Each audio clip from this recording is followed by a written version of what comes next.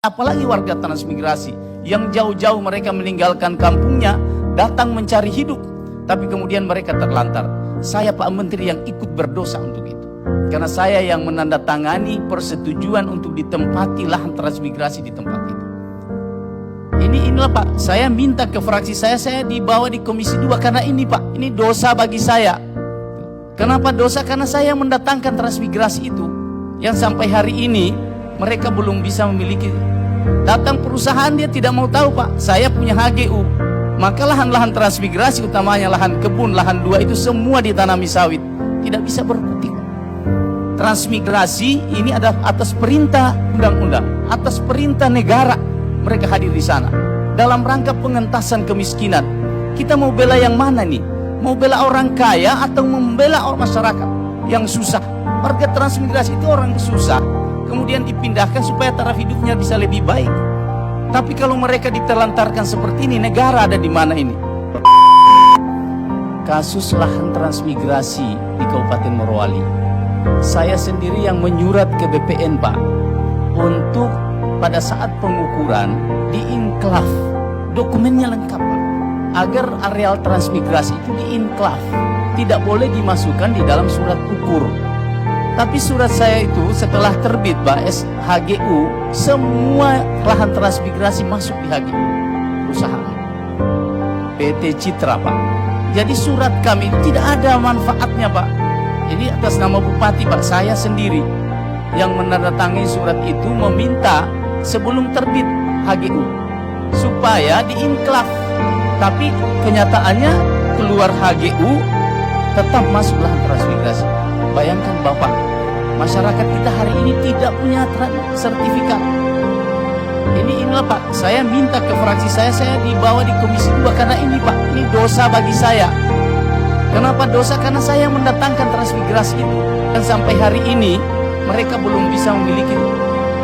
Datang perusahaan dia tidak mau tahu Pak, saya punya HGU. Maka lahan-lahan transmigrasi utamanya lahan kebun, lahan 2 itu semua ditanami sawit, tidak bisa berkutik. Ini satu. Yang kedua Pak, kasus PTPN 14 di Kabupaten Morowali Utara. Sebelum waktu itu, sebelum mekar kabupaten ini, saya yang menyurat meminta, ada rekomendasinya Bupati Pak, agar lahan-lahan masyarakat ini sebelum terbit sertifikat HGU nih, lahan-lahan masyarakat yang sudah dikelola, yang sudah dalam bentuk persawahan, dalam bentuk kampung dan sebagainya, itu tolong jangan diterbitkan HGU di situ. Tapi apa yang terjadi? HGU keluar, semua lahan masyarakat, sawah yang aktif Pak, bahkan perumahan, kampung masyarakat masuk di HGU. Ini kira-kira gimana ini Pak Menteri? Di sana tidak ada orang yang, ini hanya butuh sebetulnya eksekusi Pak. Eksekusinya yang pertama, segera ditinjau dan dilakukan status quo, supaya ini HGU Pak, yang pemegang HGU ini bisa menggunakan segala kekuatan negara untuk mengusir rakyat. Itu persoalannya. Kalau Pak Menteri punya keberanian besar, segera dicek nanti Pak, diperintahkan surat ke sana bahwa lokasi ini sementara dalam penyelesaian di kementerian agar semua aktivitas tidak dilakukan. Rakyat sudah puas itu Pak, daripada mereka setiap hari ada di situ melihat, apalagi lahan transmigrasi. Kasihan mereka. Kemarin saya sudah minta Pak Bupati solusinya, bayangkan saya minta Pak Bupati gimana solusinya. Maka solusinya kami yang mengalah Pak, transmigrasi mengalah, Pak Bupati mencarikan lahan lain. Coba lihat gimana kira-kira ini. Ini 2 kasus Pak yang nyata.